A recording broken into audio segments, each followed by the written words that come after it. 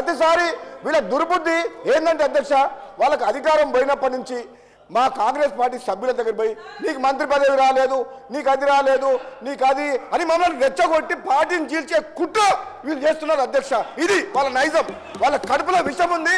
నన్ను ప్రతి ఒక్కరి దగ్గర పోయి నువ్వు మంత్రి కాలేదా ఇవన్నీ మాట్లాడేది, ఇది ఈ కుట్ర చేస్తున్నారు. కడియం శ్రీహరి గారు, మీరు నాలాంటి మనిషిని పట్టుకొని అధ్యక్ష, నేను తెలంగాణలో పార్లమెంట్లో తెలంగాణ కోసం కొట్లాడిన మనిషిని, నా పదవిని ఇట్లా గడ్డిపోతరా పడేసి మీకు వ్యతిరేకంగా పోరాటం చేసిన మనిషిని. నాకు పదవులు ముఖ్యమా అధ్యక్ష? నేను పదవుల కోసం పాకులే మనిషిని అయితే పదవికి రాజీనామా చేసి మీ ప్రభుత్వాన్ని మున్గోడు ప్రజల కాళ్ళ దగ్గర తీసుకొచ్చిన అధ్యక్ష నేను. మీరు తాటికొండ రాజే అనే వ్యక్తికి, ఉద్యమకారునికి మిమ్మల్ని నమ్ముకొని టీఆర్ఎస్ బట్లకు వస్తే ఒకసారి మంత్రి పదవి నుంచి తొలగించి అవమానించుండ్రు, ఇంకోసారి టికెట్ ఇవ్వకుండా అవమానించుండ్రు. అది కడియం శ్రీహరి గారి చరిత్ర. అది పచ్చకామర్లకు రోగమంటే అధ్యక్ష, మా ముఖ్యమంత్రి గారు, మా గవర్నమెంట్ కాంగ్రెస్ పార్టీ 100 సార్లు చెప్పిన అధ్యక్ష, 100 సార్లు ఏమని, ఈ 6 గ్యారెంటీల పథకాలు హామీలు విడతల వారీగా మేము అమలు చేస్తాము అని చెప్పినాం. అమలు చేస్తాము అని చెప్పి మా గవర్నమెంట్ కమిట్మెంట్ తోటి ఉన్నది. ఆల్రెడీ కొన్ని కమిట్మెంట్ ఫుల్ఫిల్ చేసింది. మీరు ప్రతిసారి అసెంబ్లీలో కానీ బయట కానీ అబద్ధాలు ఆడినరు. మీరు ఎప్పుడు చేస్తారు అని అన్నారు. మేము వచ్చి 2 నెలలు అయింది. మీరు 10 ఏళ్ల పాటు డబుల్ బెడ్రూమ్ ఇల్లు కట్టిస్తున్నారు, నిరుద్యోగ వృత్తి ఇస్తున్నారు, 3 ఎకరాల స్థలం ఇస్తామన్నారు, ₹1,00,000 రుణమాఫీ చేస్తామని చెప్పి 5 ఏళ్ల కింద 2018లో ఎన్నేళ్లకు చేసింది అధ్యక్ష? వీళ్ళు ఇచ్చిన హామీల విషయంలో ఏమో వీళ్ళు గతంలో 10 ఏళ్లు పరిపాలించి ఒక్క హామీ నెరవేర్చలేదు. మాకు 2 నెలలు సమయం కాలేదు. మా ముఖ్యమంత్రి గారు కాంగ్రెస్ పార్టీ ఆహర్నిశలు కష్టపడి మీరు చేసిన తెలంగాణ, ఆగమైన తెలంగాణని గాడిలో పెడతామని చెప్పి మా కాంగ్రెస్ పార్టీ ప్రభుత్వం కృతనిశ్చయంతో ఉంది. మీకెందుకు కడుపులమంట అంటే మేము చేయొద్దా? మీకు అవకాశం ఇచ్చారు 2 సార్లు, మీకు 2 సార్లు అవకాశం ఇచ్చారు, 10 ఏళ్ళు పరిపాలించారు. మీరు విద్యని వైద్యని గాలి కొదిలేసిన మనుషులు, నిరుద్యోగులని గాలి కొదిలే మోసం చేసిన మనుషులు, నిరుపేదలకు ఇల్లు కట్టిస్తామని చెప్పి మోసం చేసిన మనుషులు, రైతులని నిలువ ముంచిన మనుషులు, ప్రాజెక్టుల మీద పేరు మీద రీడిజైన్ పేరు మీద కమిషన్ల కోసం ప్రాజెక్టులు కట్టి దోసుకున్న చరిత్ర వీది. మా ప్రభుత్వం తెలంగాణ ఇచ్చిన పార్టీ ఇది. కాంగ్రెస్ పార్టీ ఆనాడు హైదరాబాద్తో కూడిన తెలంగాణ ఎందుకు ఇచ్చింది అధ్యక్ష?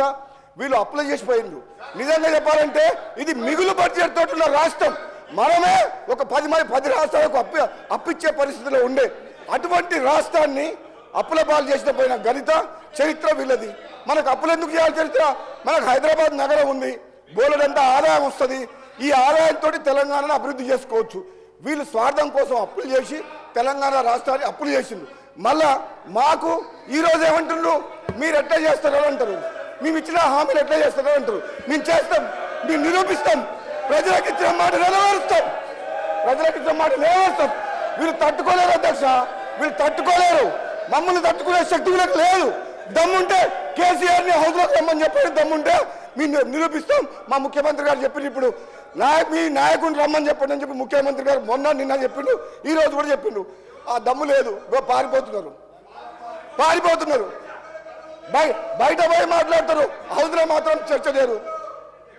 ఈరోజు మా ముఖ్యమంత్రి గారి నాయకత్వంలో ఈరోజు మేమందరం కూడా కమిట్మెంట్ తోటి పనిచేస్తున్నాం. ఒక శ్వేతపత్రం, ఆర్థిక పరిస్థితి మీద శ్వేతపత్రం ఇచ్చినాం. కృష్ణా వాటర్ దోపిడీ మీద చర్చ చేసి ప్రజెంటేషన్ ఇచ్చినాం. గోదావరిలో మోసం జరుగుతుంది, మేడిగడ్డకు ముఖ్యమంత్రి గారి నాయకత్వంలో అందరం పోయి చూసి వచ్చినాం. అది జీర్ణించుకోలేక ఇవన్నీ వాళ్ళు చేసే తప్పుల్ని ప్రజలకు తేట తెలంగా కళ్ళ కట్టేటట్టు చూపిస్తున్నాం. కాబట్టి అది తట్టుకోలేక ఈ విధంగా మాకు వ్యక్తిగతంగా విమర్శలు చేస్తున్నారు అధ్యక్ష. నేను ఈరోజు చెప్తున్నా, మళ్ళీ వీళ్ళ ఆటలు సాగవు. ఏనాడైతే బీఆర్ఎస్ మార్చిండ్రో అప్పుడే వాళ్ళ పని అయిపోయింది. వాళ్ళు బతుకు తెరువు కోసం, అధికారం కోసం, స్వార్థం కోసం పనిచేసే వ్యక్తులు.